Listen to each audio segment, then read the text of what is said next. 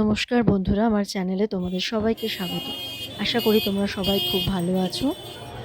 খুব সম্প্রতি আমি একটা মন্দির দর্শন করে এলাম, আর সেটাই আমি তোমাদের সাথে শেয়ার করে নিতে এসেছি। এই যে জায়গাটা তোমরা দেখছো, একটা মন্দির প্রাঙ্গণ। তা এই শহর, এই মন্দির, এটার নাম আমি ছোট থেকে শুনে এসেছি আমার ঠাকুমার কাছে, এটা কি বাপির বাড়ি? সুবাদে। আসলে ছোটবেলা বাপির এখানেই কেটেছে পড়াশোনার সূত্রে। আসলে আমি এসেছি তমলুক শহরে মা বর্গভীমা মাতার মন্দিরে। ছোটবেলায় বাবা যেহেতু পড়াশোনার সূত্র ধরে এখানেই ছিলেন, তাই ঠাকুমার এখানে আসা যাওয়া ছিল।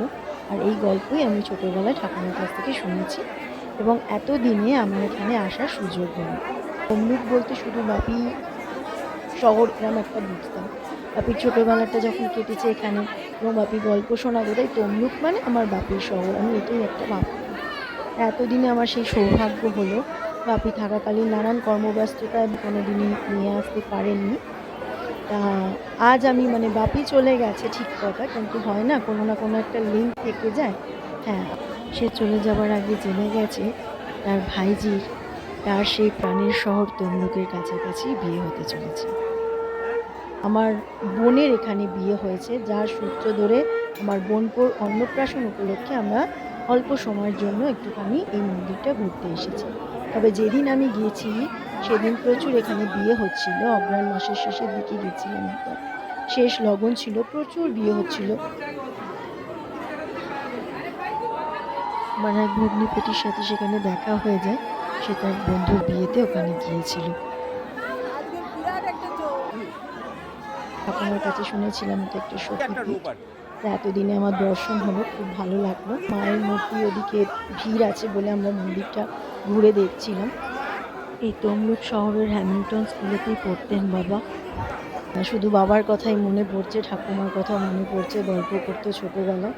তা আমি এবারে খুব ভালো করে দেখবো, ঠাকুরের মূর্তি দর্শন করব। তোমরাও আমার সাথে দেখো, বেশি কথা বলবো না।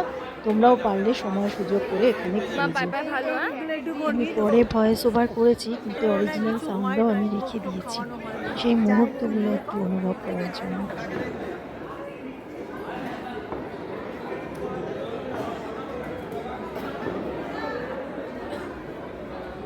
তুই এত কি আকর্ষ পিপাসা নিয়ে ঘুরে বেড়াচ্ছিস রে? ওটা বাহির কর। এটা হচ্ছে নাট মন্দির। ঠিক আছে, এখানে সবাই এটা সাজছিল। হচ্ছে ভোগ মন্দির।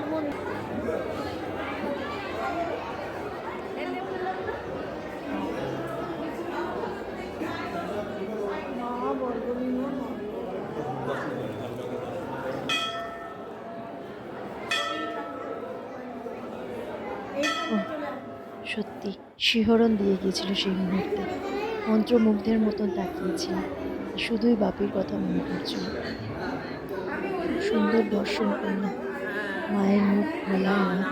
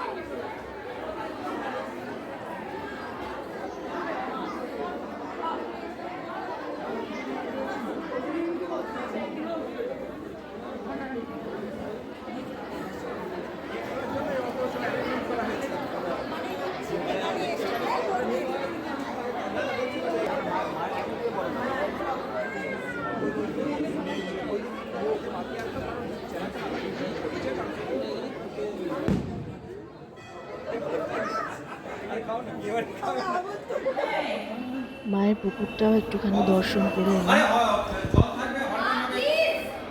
আর নাবিনি গো, একটুখানি দেখছি। আমাকে নিয়ে সবাই খুব চিন্তিত হয়ে পড়েছিল। আমাদের মন্দির দেখার পালা শেষ, ফিরে যাওয়ার পালা। আবার আসবো অনেকটা সময় নিয়ে কোনো একদিন। তোমরাও পারলে এত সুন্দর একটা জায়গায় ঘুরে যেও। আমি তো প্রথমবার এসে খুব আনন্দ পেলাম মায়ের দর্শন করে। আবারও আসবো, নিশ্চয়ই আশা রাখি। আবার দেখা হচ্ছে তোমাদের সাথে পরের অন্য কোনো নতুন ভিডিওতে। ততদিনের জন্য বাই বাই। তোমরা সবাই খুব খুব ভালো থেকো।